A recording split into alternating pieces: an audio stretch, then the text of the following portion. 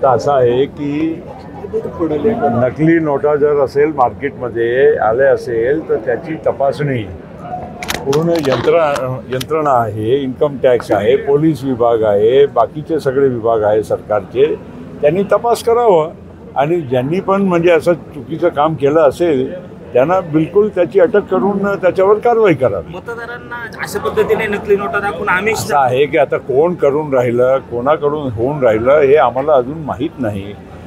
जे काही असेल ते यंत्रणांनी तपास करावी आणि सक्त कारवाई करावी. मुंबईत नोकऱ्या आहेत पण मराठी माणसाला त्यात नो एंट्री असं काही पोस्ट व्हायरल होत आहेत. असं आहे की बऱ्याच गोष्टी लोकांना दिशाभूल करण्यासाठी निवडणुकामध्ये होत असतात. आता अनेक अपप्रचार होते की महाराष्ट्राची उद्योग दुसऱ्या राज्यामध्ये चालले किंवा वगैरे वगैरे. असं काही खरं नसते. आज खऱ्या अर्थानं जर बघितलं तर महाराष्ट्रामध्ये FDI उद्योग क्षेत्रामध्ये जे काही नवीन गुंतवणूक भारतामध्ये सर्व राज्याच्या जर हिशोबाने तुम्ही तुलना केली तर महाराष्ट्र एक नंबर आहे. आणि नक्कीच महाराष्ट्र एवढा मोठा राज्य आहे, समतोल विकास झाला पाहिजे. मुंबई फक्तच नव्हे पण बाकीच्या आता पुणे आहे की इथे मंचर आहे की नगर आहे की बाकीच्या थेट मराठवाडा विदर्भपर्यंत विकास गेला पाहिजे अशी त्याच्यासाठी आपण सगळ्यांनी मिळून प्रयत्न केले पाहिजे. आपण भाषणावेळी म्हटलात की अमोल कोल्हे भाजपसोबत जाण्यासाठी आग्रही होते, नक्की काय सगळं होतं? बघा, मी माझा आणि त्यांचा जे संवाद झाला त्याच्याविषयी ते उल्लेख केला.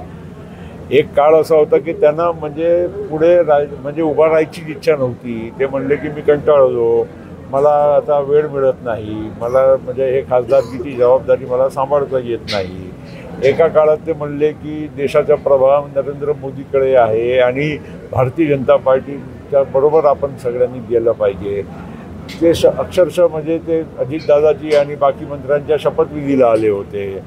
शपथविधीनंतर त्यांनी वृत्तवाहिनीला बाईट्स पण दिले होते.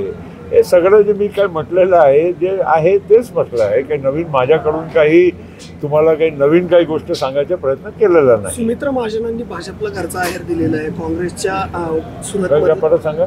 सुमित्रा महाजनांनी भाजपला घरचा आहेर दिलेला आहे. काँग्रेसच्या जे सुरतमधले उमेदवार आहे त्यांच्या माघारीवरून खरं तर घरचा आहेर दिला आहे. त्यांनी असं म्हटलं की नोटाला मतदान करा. अनेक भाजपच्या नेत्यांचे कार्यकर्त्यांचे फोन येतात ते आणि आम्ही नोटाला मतदान करणार असंही बोललं. आता कोण काय बोलले याच्याविषयी मला पूर्ण माहिती नाही. फक्त एवढंच मी म्हणेल की सुमित्रा महाजन भारतीय जनता पार्टीचे अनेक वर्षानुवर्ष खासदार राहिले इंदोरमधून. ते देशाच्या स्पीकर राहिल्या आणि त्यामुळे त्यांच्याकडून असं वक्तव्य आलं आहे किंवा त्यांनी असं केलं असेल मला वाटत नाही. खरं तर ज्या पद्धतीने पाहतो की सुरूमध्ये असं म्हणलं जातं की जो खासदार आहे तो कुठेतरी संसदेमध्ये काम करणारा खासदार असावा असं कुठेतरी पेरलं जातं आहे. मात्र तुम्ही माझ्याशी बोलताना बोललात की अमोल कोल्हे 5 वर्षामध्ये खूप कमी वेळा संसदेमध्ये आला. तर संसदेत एखादा भाषण केलं आणि ते व्हायरल केलं तेवढा पुरतंच म्हणजे संसदेची हजेरी नसते. संसदेमध्ये खूपसे दिवस पार्लमेंटचं सेशन चालू राहते. सेशनच्या वेळी जर खासदार सगळे तिथे येताना बाकीचे आपल्या मतदारसंघातले आणि विविध कामं विकासाचे ते करून घेतात. ते किती काम तुमच्या या भागामध्ये झाले त्याची मला माहीत आहे की दिल्लीमध्ये किती कमी काम झाले शिरूरचे. आणि त्याचबरोबर त्यांची हजेरी बाकीच्या दिवशीसुद्धा कमिटीची मिटिंग असतात त्याच्यात किती कमिटीच्या मिटिंगला हजेरी लावली हे सगळ्या गोष्टी मला माहीत असताना मी बोललो. मात्र संसदरत्न बोलला होता जेव्हा सांगितलं की दोन वेळा संसदरत्न मिळालाय याचं कुठे कारण केलं असं आहे. तर मला 33 वर्ष झाले भाऊ खासदारकीचे लोकसभा आणि राज्यसभे म्हणून. मला माहीत आहे ना की संसदरत्न फक्त एक खिताबाला घेऊन ते काही प्रमाणपत्र घेऊन काही तुम्ही आपला भागाचा विकास केला आहे की लोकांची खऱ्या अर्थानं सेवा केली आहे त्याचं काही प्रमाणपत्र नाही आहे. ते फक्त ठीक आहे संसदेमध्ये तुम्ही बोलले एखादं भाषण तुम्ही चांगलं केलं. फक्त भाषण करूनच जर प्रश्न देशाचे सुटत असतील तर मग आपण असेच लोकांना म्हणजे आणलं पाहिजे. आणि फिल्म ॲक्टर आणि असे खूप सारे लोक आहे जे चांगले वक्ते आहे पण कृत्य त्यांच्या झिरो असते. वडंटीवारांनी एक आरोप केलेला आहे की गडकरींना जी गोळी लागली ती कसाबच्या बंदुकीतून निघालेली नव्हती. उज्ज्वल निकमांनी हे वेगळं भासवलं गेलं. वडेट्टीवारला किती माहीत आहे की त्यावेळीस काय झालं की नाही. आणि कोणाच्या म्हणजे बलिदानाच्या बद्दल किंवा त्यावेळेस पोलिसांनी जे काही काम केले त्याला आपण म्हणजे असं काही चुकीचं म्हणजे काही विधान करून म्हणजे ते जगांना कमी दाखवायचा प्रयत्न आपण करत असाल तर अतिशय चुकीचं आहे.